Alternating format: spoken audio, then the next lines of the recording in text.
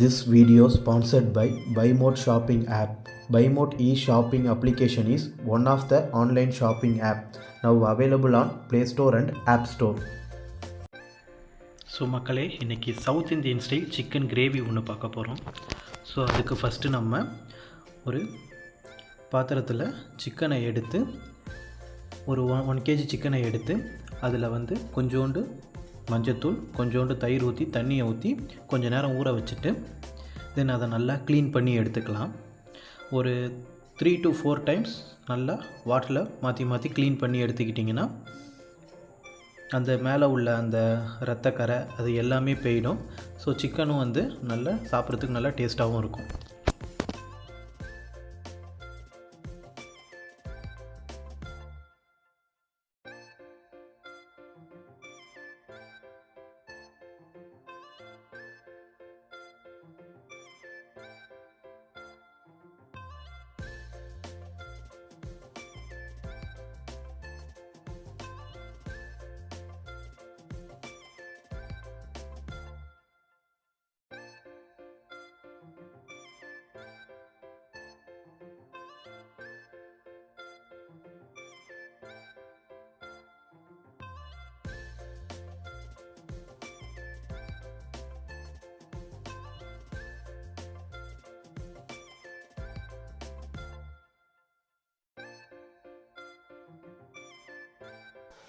So இப்போ கறியை நல்லா கழுவியாச்சு. கறியில் உள்ள தண்ணி எல்லாத்தையும் புழிஞ்சு எடுத்து வச்சுக்கோங்க. ஃபுல்லாகவே கொஞ்சம் கூட தண்ணி இருக்கக்கூடாது. இப்போ நம்ம இதில் இஞ்சி பூண்டு பேஸ்ட்டு ஆல்ரெடி அரைச்சி வச்சுருக்கோம். அது கொஞ்சோண்டு சேர்த்து இந்த கறியில் பிசைஞ்சு வச்சுக்க போகிறோம். அதோட கொஞ்சோண்டு மஞ்சத்தூள் மட்டும் ஆட் பண்ணிக்கிறோம். நல்லா ஃபுல்லாக பிசைஞ்சு அப்படியே எடுத்து தனியாக வச்சிடலாம்.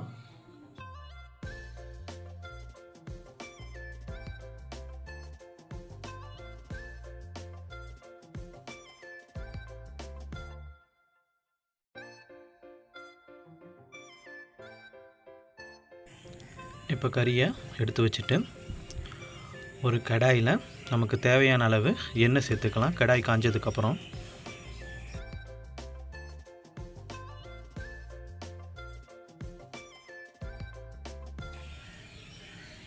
இப்போ எண்ணெய் சூடானதுக்கப்புறம் அதில் ஒரு 2 துண்டு பட்டை, 3 கிராம்பு சேர்த்துக்கலாம். அது நல்லா பொரிஞ்சு வரட்டும்.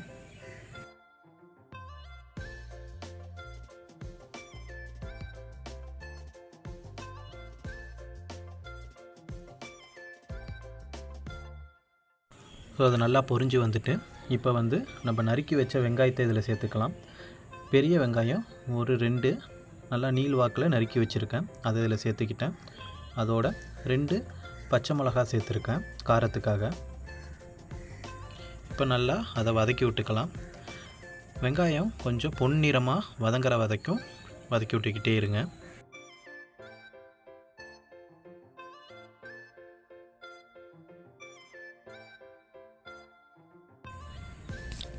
இப்போ அதில் கொஞ்சோண்டு கருவேப்பிலை மட்டும் சேர்த்துக்கலாம்.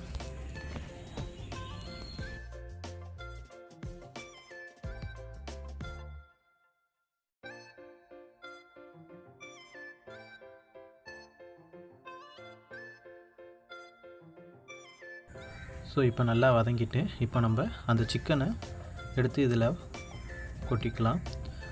ஆல்ரெடி நம்ம இஞ்சி பூண்டு பேஸ்ட்டு போட்டு சிக்கன்லேயே ஊற வச்சாச்சு. ஸோ அதை டைரெக்டாக கொட்டிட்டு இப்போ நம்ம பொடியாக நறுக்கி வச்ச தக்காளி ஒரு 1.5 தக்காளி, பெரிய தக்காளியாக இருந்தால் ஒரு 1.5 தக்காளி, சின்னதாக இருந்தால் ஒரு 2 இல்லை 3 எடுத்துக்கோங்க.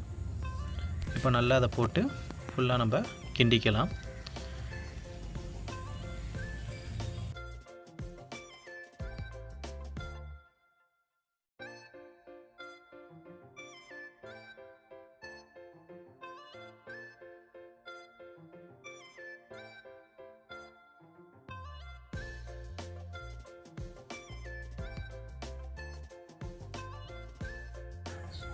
ஸோ இப்போ நல்லா கிண்டி விட்டாச்சு.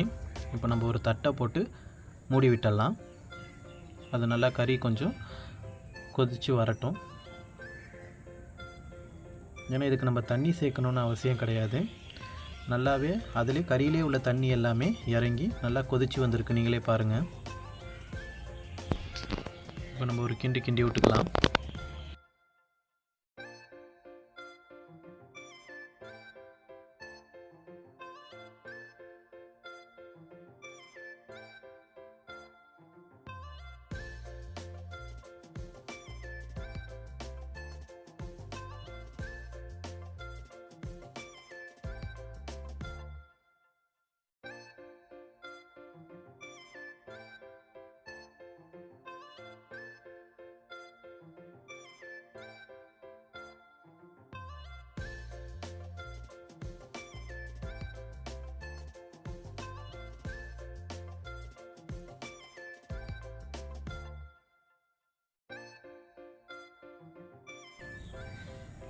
இப்போ இதில் தேவையான அளவு உப்பு சேர்த்துட்டு அதுக்கப்புறம் தேவையான மசாலாலாம் நம்ம இப்போ சேர்க்க போகிறோம். ஃபஸ்ட்டு மிளகுத்தூள்,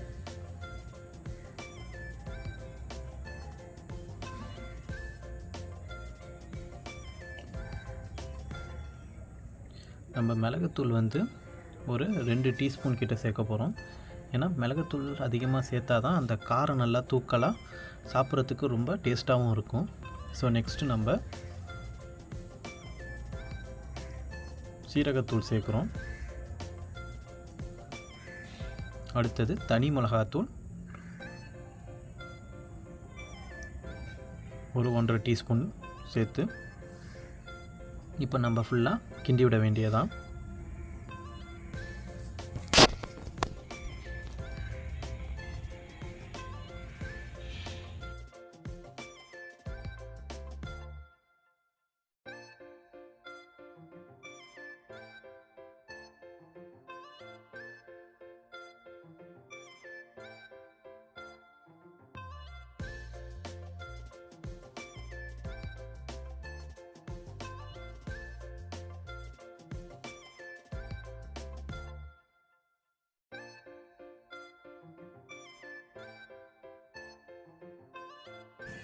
இப்போ நல்லா கிண்டி விட்டாச்சு. இப்போ ஒரு தட்டை போட்டு நம்ம மூடி வச்சுருவோம். அப்போ தான் அந்த மிளகுத்தூள், மிளகாத்தூள், அந்த காரம் எல்லாமே உள்ளே இறங்கும். இப்போ பார்த்திங்கன்னா உங்களுக்கே தெரியும் கலர் எவ்வளோ சேஞ்ச் ஆகிருக்கு அப்படின்னு. அந்த காரம் எல்லாமே அந்த கறியில் இறங்கிடுச்சு. எனக்கு வாசனையே செம்மையாக தூக்கலாக இருக்குது.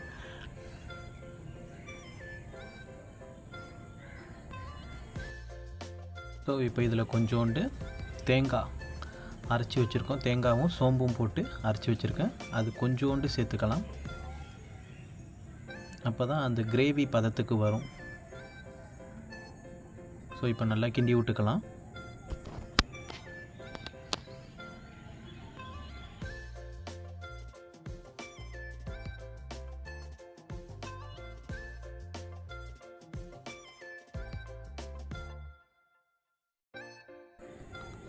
ஸோ இன்னும் கொஞ்சம் தண்ணி பதத்தில் தான் இருக்குது. ஸோ இன்னும் கொஞ்சம் நான் தேங்காய் சேர்க்குறேன். இது சேர்த்திங்கன்னா நல்லா அந்த கிரேவி பதத்துக்கு டேஸ்ட்டும் செம்மையாக இருக்கும். நல்லா கிரேவி மாதிரியும் வரும் உங்களுக்கு.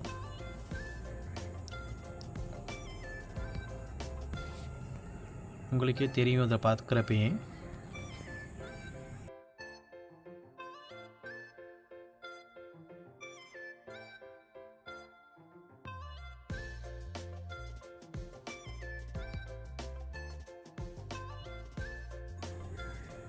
ஸோ நல்லா கிண்டி விட்டு திருப்பி ஒரு தட்டை போட்டு மூடி வச்சிடலாம். இப்போ திருப்பி ஒரு 5 நிமிஷம் கழித்து திருப்பி ஒரு கிண்டி விட்டுக்கலாம். இப்போ பார்த்தீங்கன்னா அந்த கறியிலேருந்து வந்த தண்ணி எல்லாமே வற்ற ஆரம்பிச்சிட்டு உங்களுக்கு இதுவும் நல்லா பார்த்தீங்கன்னா ஒரு கிரேவி கன்சிஸ்டன்சிக்கு வந்துட்டு.